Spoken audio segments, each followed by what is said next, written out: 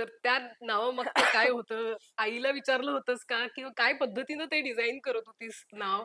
किंवा ते नाव झाल्यानंतर कुणाला दाखवल्यानंतर काय आहे सगळ्यांकडनं प्रतिक्रिया? आपल्याला सगळ्यात आवड ज्वेलरीची आणि आपण काहीतरी वेगळं घालतो म्हणून लोकांनी पण काहीतरी वेगळं कॅरी करायला आलं पाहिजे लोकांना. मग बरोबर. त्या थॉटमध्ये मी म्हटलं, की आपण एक ज्वेलरी ब्रँड सुरू करूया. अच्छा. आणि होते बरीच नावं होती आणि आम्ही एस्ट्रोलॉजी आणि असं याच्यामध्ये खूप जास्त काय म्हणतो आहोत. त्यामुळे अच्छा. आम्हाला असं ते खूप इम्पोर्टंट असतं, की त्याची ते न्यूमरोलॉजी बरोबर येते की नाही अच्छा. किंवा ते लेटर मला माझ्या कुंडलीच्या हिशोबाने रेझोनेट होतंय की नाही वगैरे असं खूप काही चाललेलं.